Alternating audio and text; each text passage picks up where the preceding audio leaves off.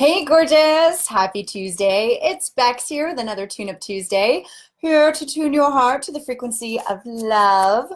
My last recording didn't seem to take, so I'm going to do a take two, which is great because I get to actually go a little bit deeper in what I was talking about, which was this idea of letting it go. Ah! So this phrase has actually come up for me several times this week. From a number of different sources. I've had two girlfriends ask me if I'm ready to let something go. I drew a mindfulness card out of a deck that my husband and I share, and the message was literally, let it go. So for me, when something shows up in threes, I know for sure that it's spirit like communicating with me. I know there's something there for me. There's something rich. And a lot of times when there's something really rich for me there, there's something rich for you there too. So I'm really feeling called to share this idea of letting it go. So, hi Terry, thanks for joining. So what is this thing in the first place? Well, letting it go. Okay, there's something that we're holding on to. And the way that I look at it is it's a commitment. There's something that we're committed to, and that commitment is greater to this thing, whatever it is. It's usually a limiting belief, a story, a paradigm, something. I'll talk about that in a second. But that commitment to that thing that doesn't serve us is actually bigger than our commitment to actualizing what we desire. So if your desire is to attract outrageous lasting love in your life and to have a soulmate partner and finally be done with dating and like find the one, and you're struggling with that, then chances are there's something that you're holding on to that does not serve your vision of having outrageous lasting love in your life. So, and this is one of the foundational things that I do with my clients is we look at what is it that we're holding on to. You know, for example, there's a client that I've been working with for a while now, and she's very aware of what she's holding on to, yet still holding on. And I'll talk about how we let go of these things in just a second, but very first thing is getting aware of what we're holding on to. So typically it's a story, it's a belief, it's a finite or an identity or something that, or an excuse, but something that is in the way of getting what we want. And the way that we recognize these are, it's the thing that we tell everybody about why we can't have what we want. Well, I just don't live in the right place, or all the guys that I meet just want one thing, or nobody that I meet is available, or nobody I meet is at the level that I'm wanting to date. Like nobody matches my success. I totally hear you. And the more we speak these, the more that we repeat them and reiterate them, the deeper the roots grow in our system and the stronger legs they have, which means that these stories then carry us instead of the stories that actually support us having our heart's desire. So recognizing what they are in the first place, recognizing what is the thing that we tell everybody that what is the thing that we're repeating all of the time. All right, so that's the very first thing, is to recognize what it is that we're saying, whether that be externally or internally. And then the next part of it is like the letting it go part, which is like so much easier said than done. I totally get that. But at the same time, like in order to attract what we're calling in our love life, in order to attract what we desire most in life, we have to let these things go because they're representative of the old paradigm, the old way of being, the old you, the old reality, instead of representative of the new reality, the one that you're creating, the one that we don't have evidence for yet, but we're slowly paving that path.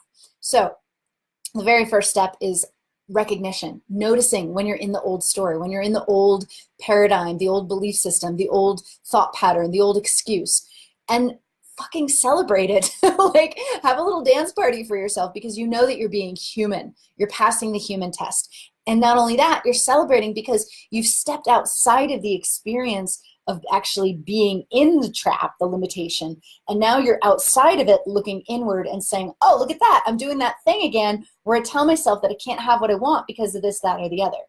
So just being outside of it, 1 degree removed, and being in recognition of the pattern itself starts to begin to diffuse it eventually, okay? So recognizing, celebrating, and then another big way that we can be in the process of letting it go, because the truth is that letting it go isn't a light switch. It's not a once and done. And I know that you know that, but I just wanted to remind you, it's not a once and done of letting it go. It's a process. It's like building a muscle. It's like going to the gym. It's like a whole journey of releasing, like one element of it at a time. And one of the next ways that we can release these old ways of being, these old belief systems, these old excuses, is adjusting our language.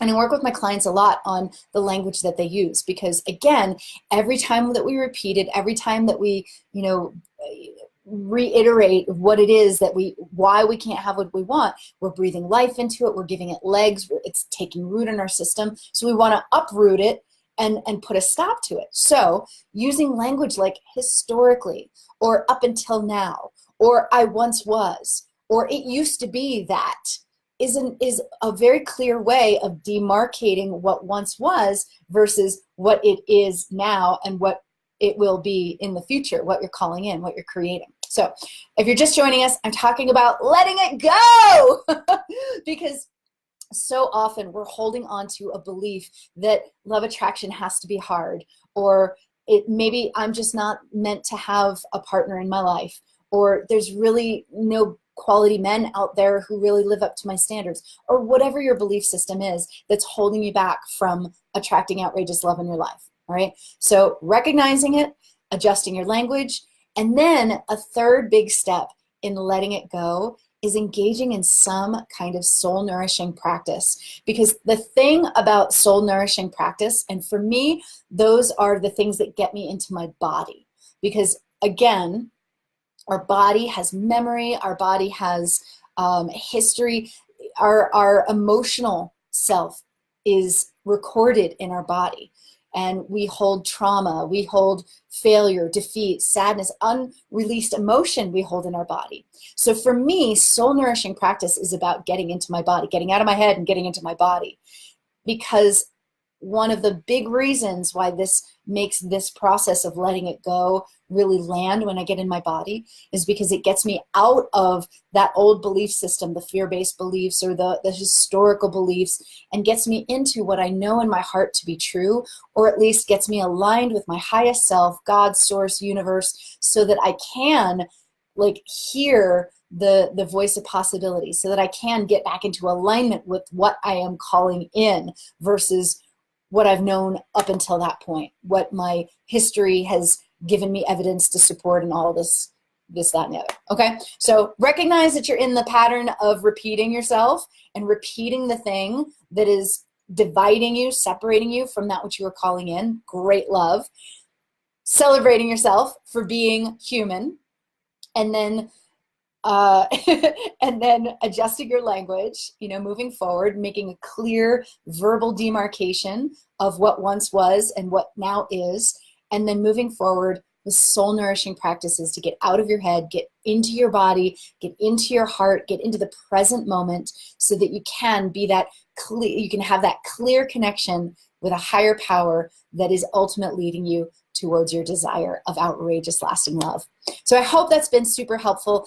If you want to go further or deeper with any of these topics that I talk about on my Tune Up Tuesdays, by all means, click the link that you see in the body of this video, because I am here to connect with you and to support you in attracting your outrageous lasting love.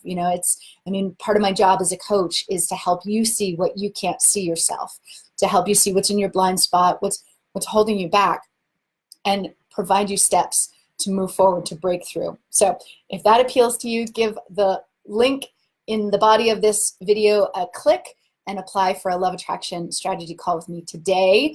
And who knows, we could make some absolute magic happen in your love life sooner than you think. All right, I love you so much, and I'll see you again next week. Bye.